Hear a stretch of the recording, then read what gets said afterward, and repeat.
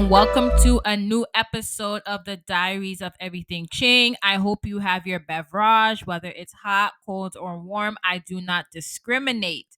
So, I was listening to the Breakfast Club. Shout out to the Breakfast Club, and they posed a question. What was the most disrespectful way you've gotten fired from your job? I really can't remember the source of the question, but the second I heard that question, guys, I felt a little tingle because I was triggered. So I wanted to do a story time of the most disrespectful way I was fired. Now, granted, this happened about 13 or 14 years ago, but it was just so rude that I'm kind of like, it triggers me a little sometimes. Like, I'm not gonna lie, because it was rude. So, this is how it goes. So, I was working at a dollar store, and when I first started, I was working at a completely different location than where I ended up. Essentially, what happened was they were opening a new location and they wanted to send me along with a few other employees from my specific store to this new location to help build it up and then work at that location permanently. I was excited because I've actually never opened a store before from scratch, like bringing in the products, putting up the shelving, etc. And I was kind of curious to know what that looked like.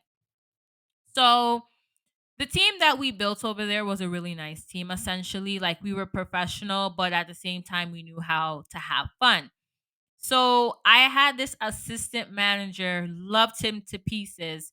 And I remember letting him know that I had a vacation coming up. So he told me to put in a formal request for my vacation, and I did so. And he approved it, of course. And everything was good to go. So when I put in this request, I feel like it might have been like 4 to 5 weeks before I was actually scheduled to go on this trip.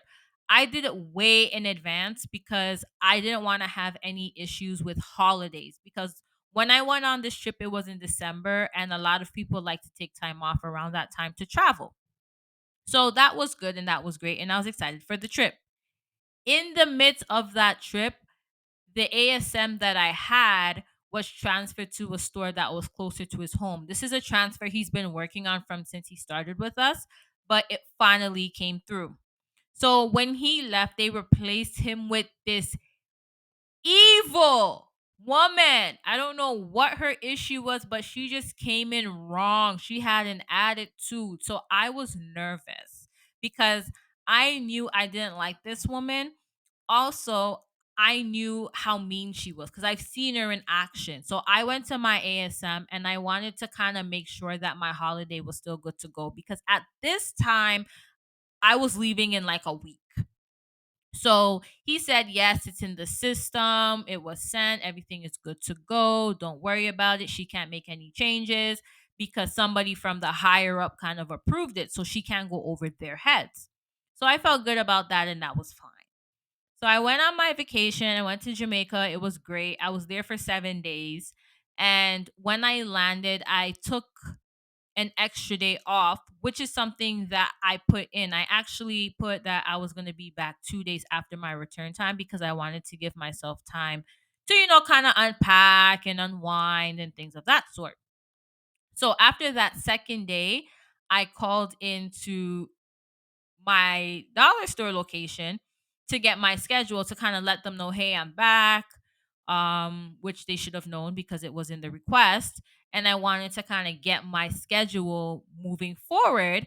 And this girl's like, well, you weren't here for a week, so I took you off my schedule. And I was basically just like, well, I put in a formal request for vacation. It was approved way before you got there. Higher ups know. So she basically was like, okay, well, call the district manager of the store and get him to call me. So I called the district manager. This district manager to me was so careless. Like, He just liked having the title. He didn't like doing anything. He didn't like filling out paperwork. He didn't like visiting the stores.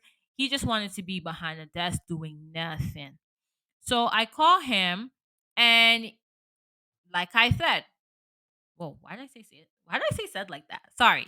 Like I said, didn't want to do anything. Oh, I can't look for it right now. I can't look for it right now. I don't know where that is. It was so long ago. I don't know what to say. I can't find it right now. I think I probably deleted it by accident. I don't know. So he didn't have no proof of the email. So what I tried to do was I tried to go to the ASM, and once he left that location, he was no longer dealing with that district manager. So even though he had the emails, it was kind of like, oh, well, he's no longer working with the district. So how do I know that he's not just making it up? How do we know that it wasn't manufactured?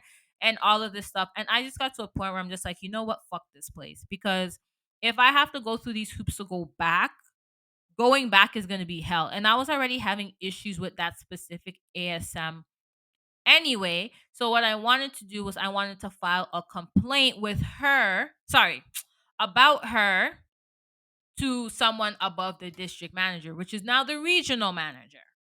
So I had one specific friend that I used to work with there. The problem is this guy used to actually like me. I don't know if you know where I'm going with this story, but I call this guy and he has the numbers for everyone because he was a key holder, and he, needed to be in contact with him. Hey, can you come in today? Hey, are you, going to be coming in? Are you taking it off? All stuff like that. So I messaged him, and I basically was letting him know the situation. And I was basically saying, hey, can I have this person's number and that person's number? All those people would back me. This guy was like, I don't want to get involved. I don't think, at the end of the day, you should have given her the request. And he's basically like being super petty about the situation. And I wasn't calling him for his advice. I was calling him for phone numbers, but I also wanted him to speak on my behalf because he was there when I put the request in. He was not interested. I don't know what to say. I don't know what to do. I can't give you these people's number. They didn't authorize it. It's only supposed to be for work only, and all of these things. And I'm like, ask them. And so he was not budging. And you know what? After a while, I'm like, okay, I see what this is. So I chucked my losses and I was like, okay, whatever. Because I was texting him. So I just stopped texting him and I just blocked him and I kept it moving. And I remember being so mad about that for so long because I took the proper steps and everybody else dropped the ball, but somehow I'm the one who lost my job. That was crazy. And I was just like, it's giving. I shouldn't have been there in the first place. If I had stayed where I was at, I would have flourished. But you know what? I moved on to another position. Then I went back to school, got my diploma, and I am where I am today working in my field. So, you know what? It is what it is. Period. Yeah, so that was my story time. I want to hear from you. Have you ever been disrespectfully fired, wrongfully fired? If so, I want to hear your stories. Have you ever disrespectfully fired anybody or wrongfully fired anybody just because maybe you weren't rocking with them for real? Let me know in the comments so we can talk about it. Until next time, thank you so much for joining me, and cheers to a new episode. Take care.